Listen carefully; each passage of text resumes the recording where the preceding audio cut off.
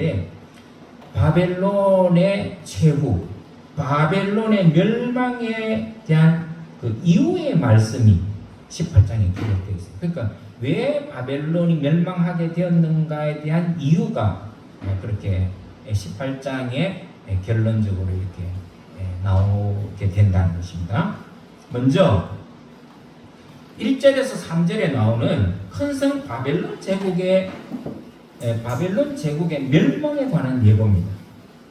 거기 보면은 천사가 큰 음성으로 무너졌도다 큰 성 바벨론이여라고 하는 탄식이 나오죠.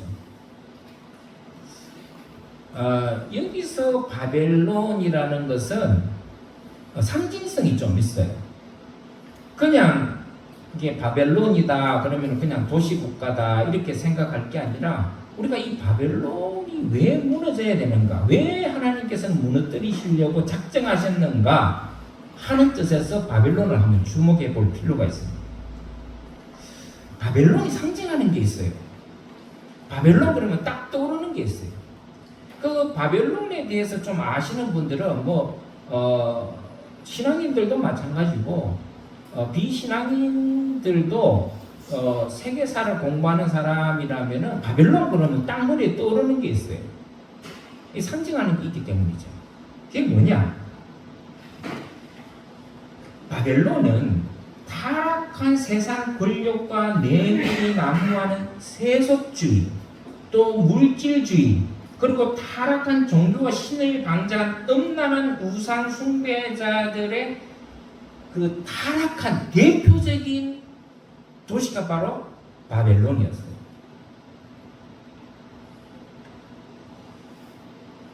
그러면 왜 이 바벨론이 그렇게 타락의 상징이 되었는가?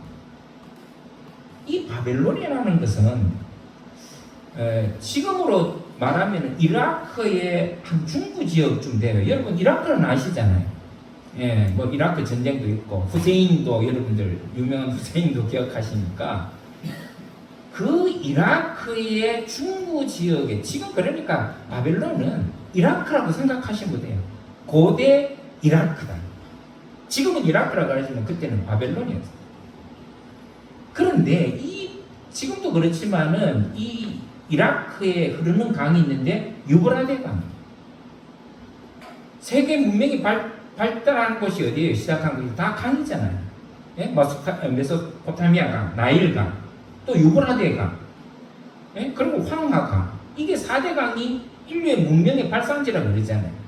그 중에서 하나가 바로 이 바벨론이에요. 아주 큰 산업 도시자 제국이었습니다. 이스라엘도 이 바벨론에 멸망당했잖아요. 그래서 이 지역을 일컬어서 문명의 십자로라는 별칭이 붙은 곳이 바로 이 바벨론이에요. 그러니까 정치, 경제, 사회, 문화, 군사, 종교 모든 것의 집합체가 어디였느냐? 교통도 마찬가지고 바벨론이었어요. 여러분 혹시 그 말은 들어보셨죠? 모든 길은 어디로 통한다? 로마로 통한다. 이 당시에 바벨론이 그런 위치에 있었다. 그러니까 얼마나 대단한 제국이었다는 것을 여러분들이 아마 상상할 수 있을 거예요. 그러니까 모든 것이 이 바벨론에 집중되어 있었으니까 엄청난 부를 축적할 수밖에 없는 도시였어요. 그게 중동에서는 최강자예요. 최강자. 보세요. 지금도 이라크를 지도를 딱 치다 보면, 지도를 이렇게 딱 펴보면은 아시아, 다음에 위로는 중앙아시아, 다음에 중동, 서쪽으로 가면은 이집트, 그 다음에 시리아, 다음에 이스라엘, 그리고 위로 가면은 터키, 조금 지중해를 건너가면은 유럽으로 들어오죠. 이게 완전히 세계 중심으로 봐도, 그 당시에서 세계 중심으로 봐도 무방할 정도로. 그러니까 어떻습니까? 이 나라가 부강할 수밖에 없는 거죠. 정치, 경제, 군사, 문화, 종교적으로. 모든 종교들이 종교들이 거쳐갔을 거 아니에요. 그 옆에 인도가 있잖아요. 불교가 있죠. 힌두교 있죠. 예? 모든 종교들이 혼합된 것, 그것이 바로 이 바벨론이었어요. 경제적으로는 말할 것도 없죠. 그러나 여러분, 우리가 잘 알다시피 화려한 도시국가 이면에는 어두운 면도 많다라는 거죠. 이렇게 그 당시 최강의 강대국이었지만은 그 이면에는 엄청난 부정과 부패와 음란이 이 도시를 지배하고 있었다라는 거예요. 타락한 도시였어요. 불법이 횡행하고 돈만 있으면 뭐든지 다 할 수 있는 그런 부정과 부패가 만연하고 물질이 우상화된 그런 물질 만능 도시였으니 얼마나 타락했는지를 여러분이 한번 짐작하실 수 있을 거예요. 그럼 우리나라도 마찬가지죠. 여러분, 우리나라에서 가장 타락한 지역이 어디겠어요? 대도시죠. 대도시지. 대도시에 다 타락의 문화가 있습니다. 여러분, 우리가 흔히 말하는 과거에는 그 창녀촌이라는 게 있었어요. 수원에도 있죠. 왜 수원에 어디 있었습니까? 수원역 부근에 있었잖아요. 지금은 정비한다고 합니다. 서울에도 마찬가지예요. 용산역 근방에 가면 전부 다 거기 몸 파는 지역들이에요. 이자들 몸 파는 곳이에요. 그리고 곳곳마다 이 곳곳마다 다 그런 거예요. 근데 그게 가만히 보세요. 다 부유한 도시였어요. 돈이 몰리는 곳이었어요. 사람들이 많이 모이고 화려한 도시였습니다.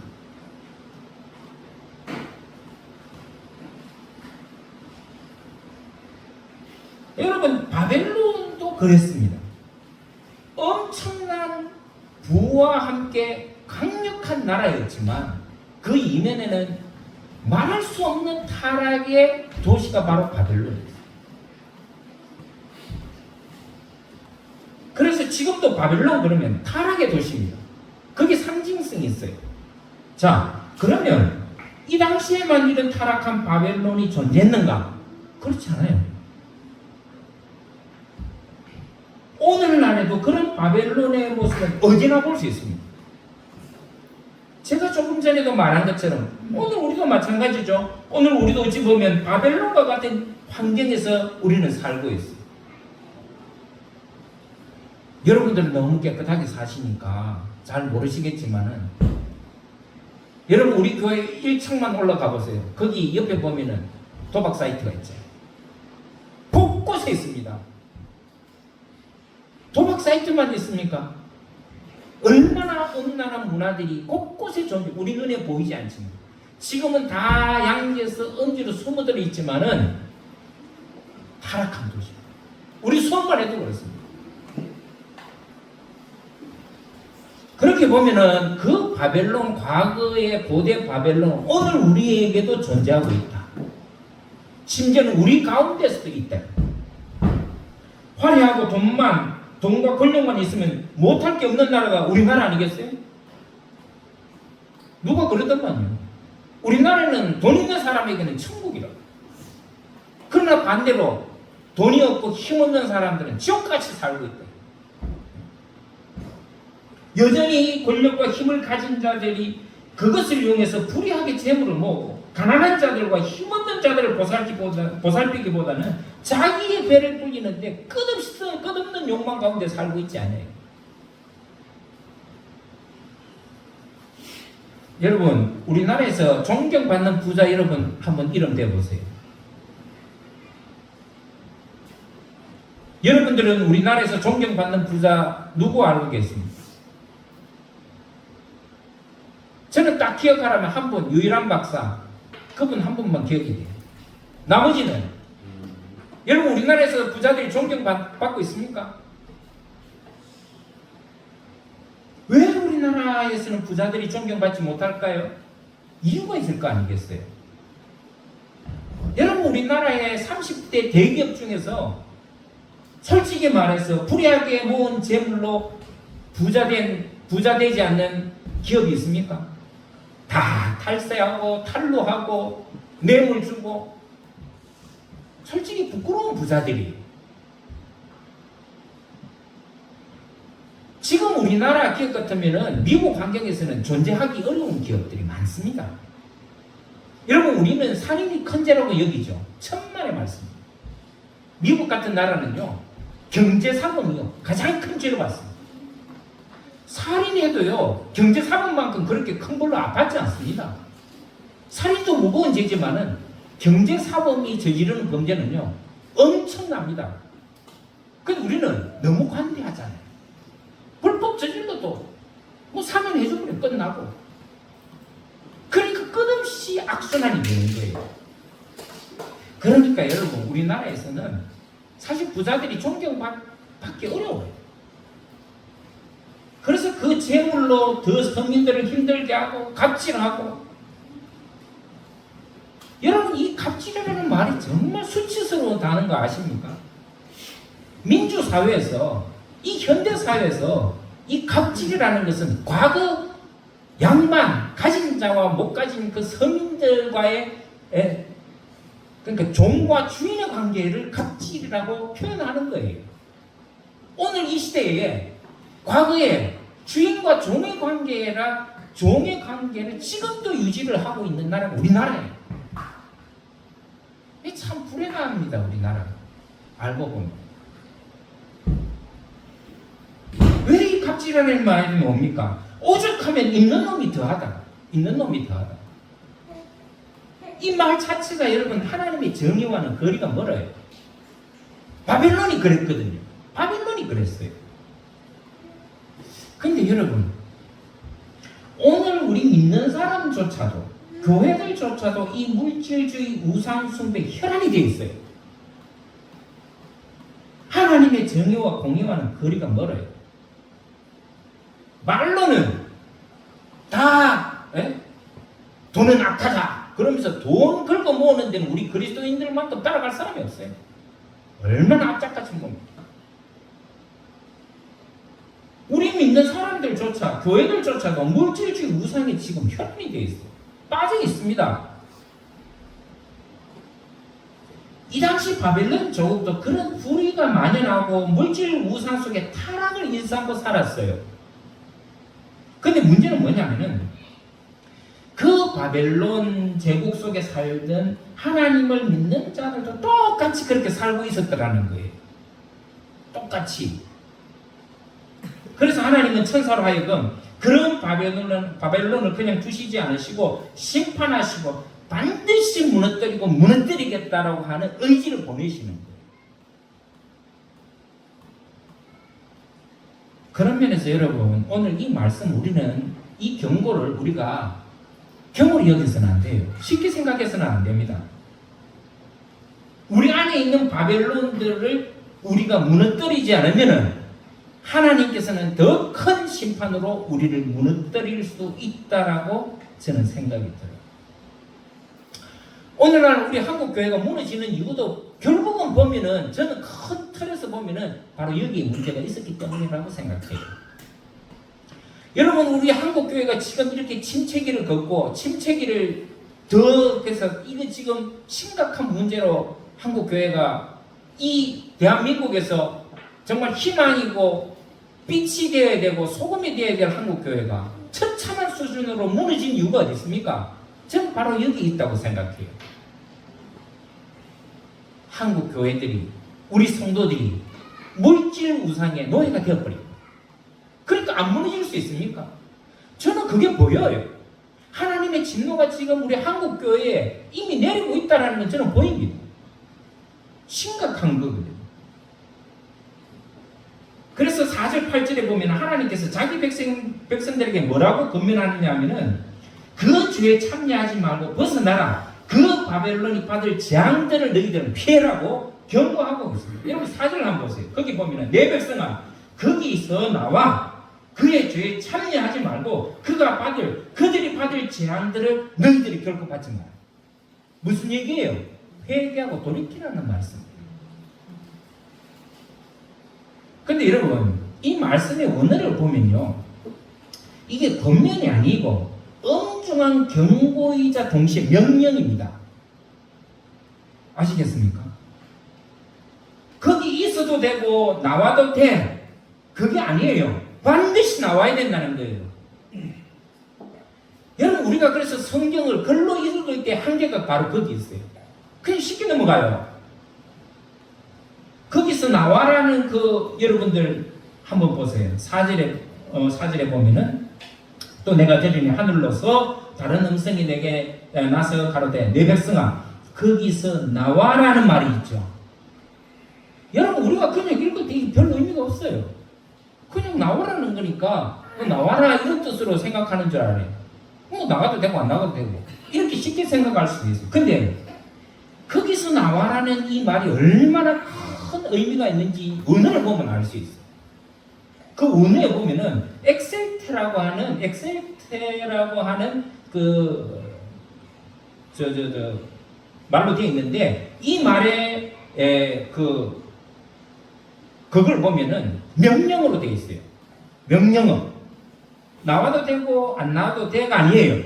반드시 나와라는 거예요. 명령입니다. 하나님의 명령이에요. 너희들이 자기 영광과 사치를 누리고 돈과 재물을 우상으로 삼아 자랑하고 그것으로 사람들을 지배하는 그런 불법의 도성에서 나와라는 거예요. 머물지 말라는 거예요. 특히 하나님을 믿노라 하고 하면서도 그 속에서 불의한 자들과 동일하게 살고 있고 그들과 야합하고 결탁하는 자들에게서 속히 떠나라.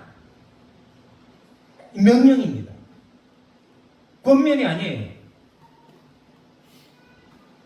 이건 단순히 그 속에서 떠나는 것보다도 오늘 우리에게 다시 재해석하면은 그런 삶에서 떠나라. 그런 삶에서 떠나라. 그렇지 않으면 너희들도 똑같이 그 심판에서 면하기 어렵다는 엄중한 경고예요. 그래서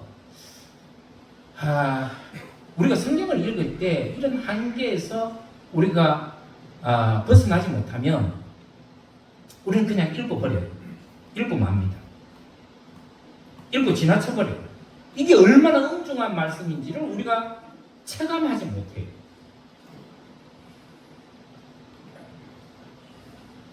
사랑하는 우리 성도 여러분, 오늘 우리 속에 다 이런 큰 성 바벨론 있지 않아요? 여러분들 속에 이 바벨론 성을 다 구축하고 있을지도 몰라요. 저도 마찬가지예요. 우리가 생각하지 못할 수도 있어요. 의식하지 못할 수 있다고요. 근데 여러분, 오늘 이 말씀을 나에게 주시는 말씀으로, 우리 교회에게 주시는 말씀으로 받을 때 우리는 떠나야 돼요. 그 성에서 떠나야 돼요. 하나님의 경고를 엄중하게 받아들이고 떠나야 됩니다. 그 다음 9절에서 19절까지 보세요. 이 큰 성 바벨론의 멸망을 보고 애통하는 사람들이 나와요. 절망하는 사람이 나온다니까요. 그 사람들이 누구겠습니까? 누가 절망하겠습니까? 누가 애통하겠습니까? 그 속에서 기득권을 누리던 사람들이에요. 자기의 기득권을 가지고 부정과 부패의 삶을 누리던 사람들, 음란을 즐기는 사람들, 자기들이 가지고 있는 부와 권력을 마음껏 누리고 살던 사람들이 애통해요. 왜요? 무너지잖아요. 자기들이 그렇게 철석같이 믿고 믿는 모든 것들이 하루아침에 무너져 내리는 것을 보고 절망하지 않을 사람이 있겠어요? 그동안 믿고 의지했던 것들이 다 무너지니까 절망하는 겁니다. 애통하는 겁니다. 그 얘기예요. 한번 생각해 보세요. 누가 그 큰 바벨론 성이 무너질 줄 알았겠어요? 아무도 몰랐을 거예요. 근데 그 성이 무너진 거예요. 이렇게 생각하시면 돼요. 가장 쉽게 이해할 수 있는 거예요. 여러분, 지금 이 시대의 가장 최강국이 어디입니까? 미국이잖아요. 누가 감히 미국을 쓰러뜨릴 수 있겠어요? 망하게 할 수 있겠어요? 지금 우리가 사는 이 세상에서는 미국을 감히 무너뜨릴 나라는 아무도 없어요. 바벨론이 그랬어요. 근데 무너졌어요. 여러분, 미국이 안 무너질 것 같아요? 영원한 제국일 것 같습니까? 저는 아니라고 단호히 말할 수 있습니다. 미국 무너질 수 있습니다. 한순간에 무너질 수 있습니다. 지금으로 따지면요, 바벨론은 미국보다 훨씬 강한 나라였어요. 훨씬 강한 나라였어요. 근데 그랬던 나라가 무너졌어요. 근데 미국이 안 무너져요? 무너질 수 있어요. 미국도 지금 심각한 문제가 지금 곳곳에서 벌어지잖아요. 그러니까 그 바벨론을 의지하고 살았던 많은 사람들이 절망으로 울부짖더라. 그렇습니다, 여러분. 세상의 것은 그런 거예요. 하루아침에 무너질 수 있는 겁니다. 그것을 믿고 살다가는 하루아침에 순식간에 무너지고 마는 것이에요. 40년 전이에요. 제가 처음에 교회를 다녔던 그 교회에 큰 부자 장로님이 계셨어요. 그분은 한 달에 400억을 굴렸던 사람이에요. 여러분, 지금도 400억이면 큰 돈이죠. 그러니까 40년 전에 400억을 굴렸다 그러면 이거 어마어마한 부자예요. 우리나라에서도. 그 당시 우리나라가 전자시대가 열릴 때예요. 그리고 한창 부흥기가 섬유업이잖아요. 우리나라 섬유업이 엄청난 속도로 올라가고 있을 때, 최전점에 서 있을 때 그분이 섬유회사를 많이 거느리고 있었어요.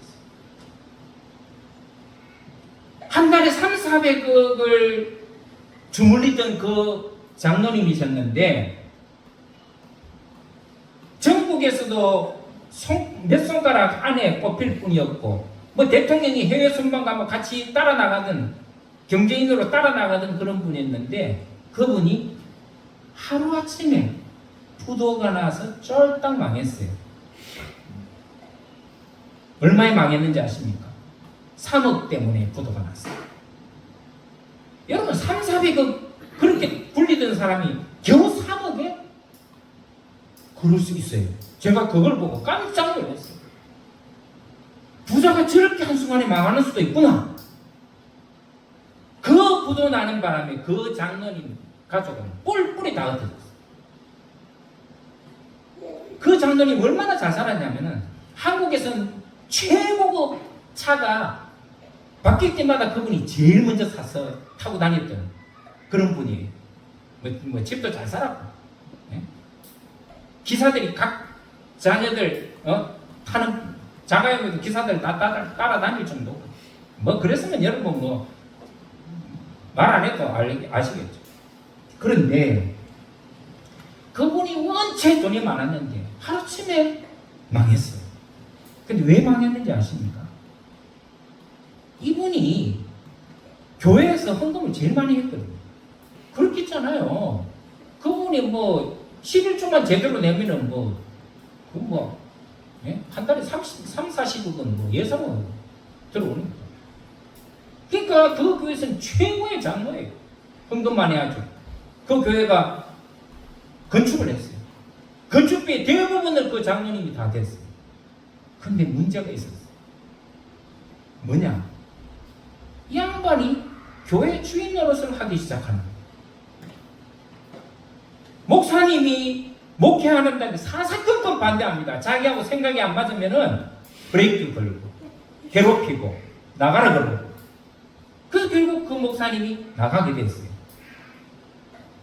근데 그 장로님이 그렇게 망할 줄 아무도 몰랐지만은 우리 교인들은 뒤에서 그런 얘기를 하고 있었어요. 장로님이 저렇게 가면 하나님께서 가만히 두지 않을 텐데, 좀 문제가 생길 건데, 늘 그런 염려를 가지고 있었습니다. 그런데 아니나 다를까 어느 날 한순간에 안 보이시는 거예요. 알고 보니까 부도가 나서 다 도망 다니고 있다. 그 회사가 망할 거라고는 아무도 꿈에도 생각한 사람이 없었습니다. 그렇게 하루아침에, 그것도 어이없는 돈으로 망할 줄은 아무도 몰랐어요. 여러분, 그 이유가 뭐겠습니까? 바벨론의 힘을 하나님보다 더 의지했던 사람들이었다. 오늘날 한국 교회에 그런 사람이 너무나 많습니다. 내가 이 교회에 얼마나 내가 봉사 많이 하고 헌신 많이 하고, 내가 우리 교회가 되도록 내가 얼마나 물질이나 모든 면에서 다 했는데 나한테 이럴 수 있나? 나를 이렇게 대접하나? 여러분 그게 바로 바벨론이에요. 차라리 그런 사람은 안 하는 게 좋아요. 근데 오늘날 가보면요, 큰 교회를 가보면 전부 다 하나님을 위해서가 아니라 목사님을 위해서, 자기 영광을 위해서. 이게 오늘 우리 한국 교회를 망친 주범이에요. 바벨론이죠. 우상숭배죠. 말은 목사요, 장로요, 집사요, 권사라고 하지만은 그 속에 바벨론성을 가지고 있었던 겁니다. 오늘 우리도 마찬가지예요. 여러분 교만하면 언젠가는 반드시 하나님께서 그 성을 무너뜨리세요. 이게 우리에게 주는 교훈입니다. 오늘날. 그런데 여러분 보세요. 이번에는 반대로 이런 바벨론의 무너짐을 기뻐하는 사람들이 나와요. 누굴까요? 20절에 나오는 사람들이에요.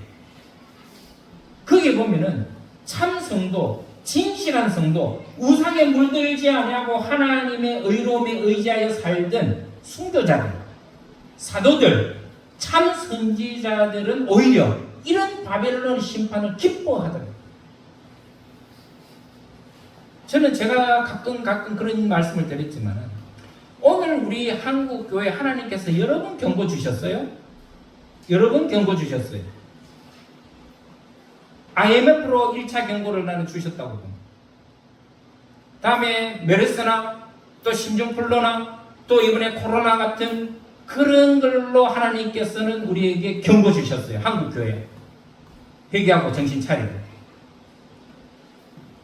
근데 여러분 그거를 우리는 우습게 생각하죠. 의식하지 못하죠.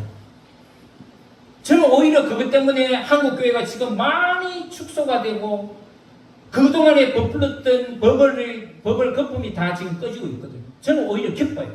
내가 언젠가도 그랬죠. 어떤 교회 우리보다 훨씬 비교할 수 없는 큰 교회 목사님이 코로나 때문에 한 3분의 1이 교인이 줄었다. 한탄을 하시더라. 안 돌아온다고. 내가 그랬어요. 목사님 그거 좋은 거 아니에요? 하나님께서 퀴즈를 해서 쭉쭉이 내보낸 거예요. 알고 보고 잘 해보세요. 알고 보라고 생각하세요. 오히려 나는 그게 더 좋은 거라고 난 생각합니다. 내가 그런 얘기를 드렸어요. 바로 이거예요. 하나님의 심판이 있지만 그러나 그 불의함에 대한 하나님의 징계, 심판이 오히려 우리에게는 좋은 거지. 우리를 돌아볼 수 있고 우리가 다시 하나님 앞으로 갈 수 있는 기회잖아요. 하나님의 영광을 드러낼 수 있는 기회잖아요.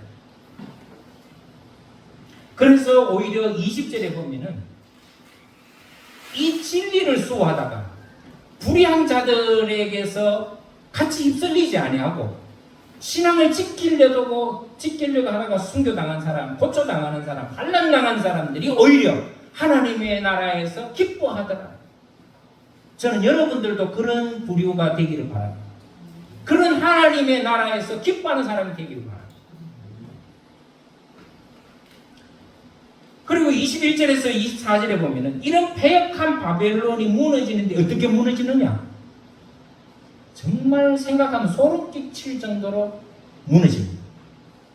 거기 보시면 힘센 천사들이 큰 맷돌 같은 돌로 바다에 던져서 바벨론이 흔적도 없이 사라지고 두 번 다시 일어나지 못하게 하더라고 하는 것입니다. 여러분 이게 얼마나 무서운 일이에요. 흔적도 없이 다 멸망시켰거든요.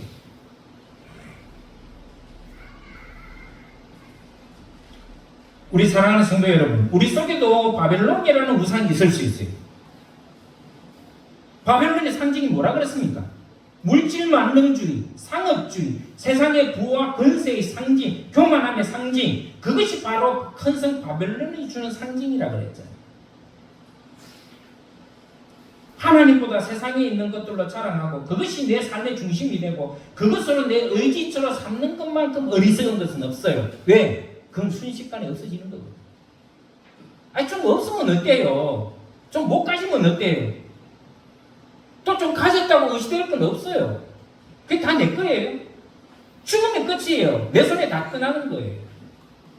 우리가 하나님께서 축복을 주셨을 때 그 받은 축복으로 선한 일에 쓰는 거예요. 내가 없어서 못한다고요. 천만의 말씀입니다. 내가 가진 게 없어서 아니에요. 여러분 가진 게 많아요. 한번 여러분들 세어보시라니까. 내가 받은 게 얼마나 많은지. 없는 게 아니에요. 얼마든지 찾아보면 있어요. 그걸로 뭘 해야 돼요? 나보다 더 어려운 사람? 나보다 더 소외된 사람? 사회에서 약자라고 지칭되는 사람들을 위해서 쓰시라는 거예요. 살아라는 거예요. 왜? 그게 하나님의 정의고 그게 하나님의 요구하시는 우리의 삶이기 때문에 그걸로 그냥 뭐 힘센 척하고 의시되고 그거는 아니라는 거죠. 그런 사람은 바벨론에게 하나님이 주신 심판과 같은 똑같은 심판을 당할 수밖에 없다는 거예요.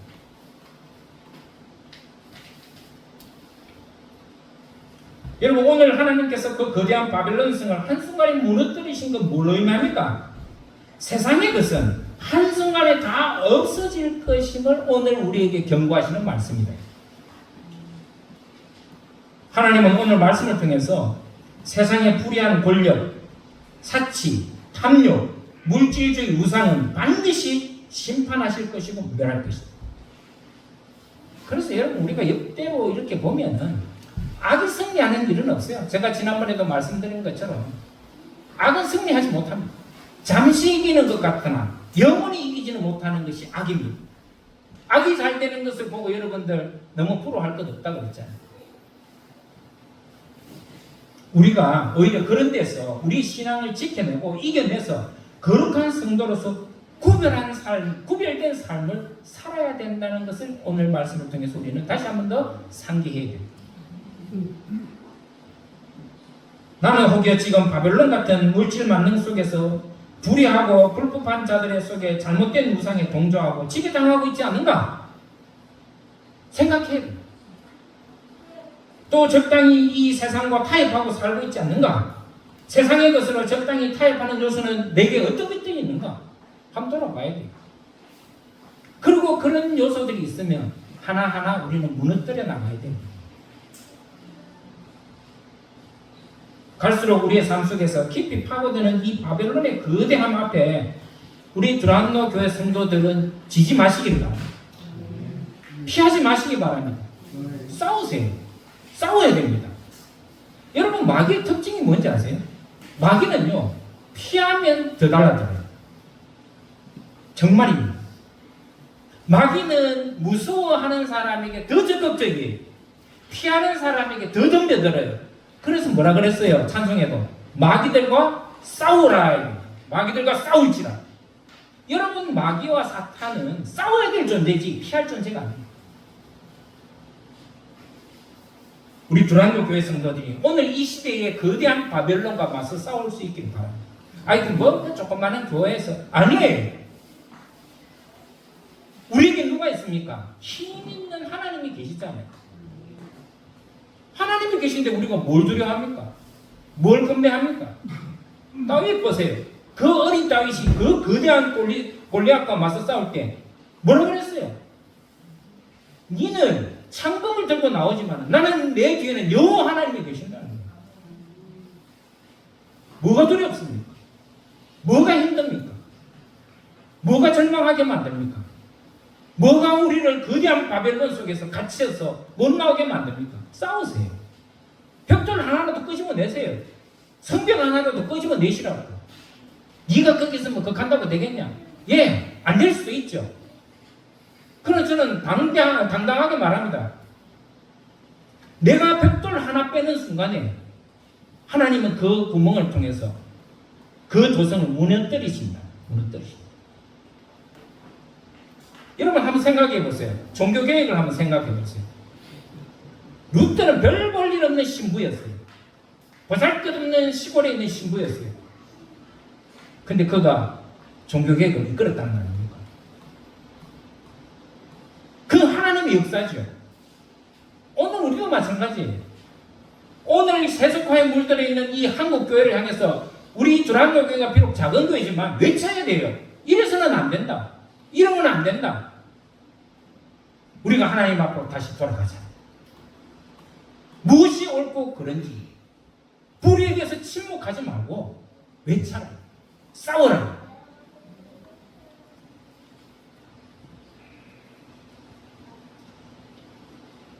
오직 하나님만을 바라보고 신앙의 절개를 지키면서 살아낸 하늘에서 바벨론의 멸망을 기뻐하며 지켜보는 참 선지자와 사도들과 성도들처럼 오늘 저와 우리 두란노 교회 성도 여러분들도 그런 하나님의 자리에서 함께 기뻐할 수 있는 그런 참 성도들이 또 우리 두란노 교회 되도록 우리 함께 힘써 만들어 나가기를 주의 이름으로 축원합니다. 기도합시다. 자비로우신 주님 감사합니다. 오늘 주시는 이 요한계시록의 말씀이 2000년 전에 기록된 말씀이 아니라 오늘 우리가 사는 이 시대에 우리에게 주시는 말씀으로 저희들은 받아들입니다. 주님 말씀 속에 역사하여 주시어서 이 말씀을 받는 우리 사랑하는 성도들 마음 가운데 살아 역사하여 주시옵소서. 모든 말씀을 우리 주 예수 그리스도의 이름으로 간절히 기도드리옵나이다.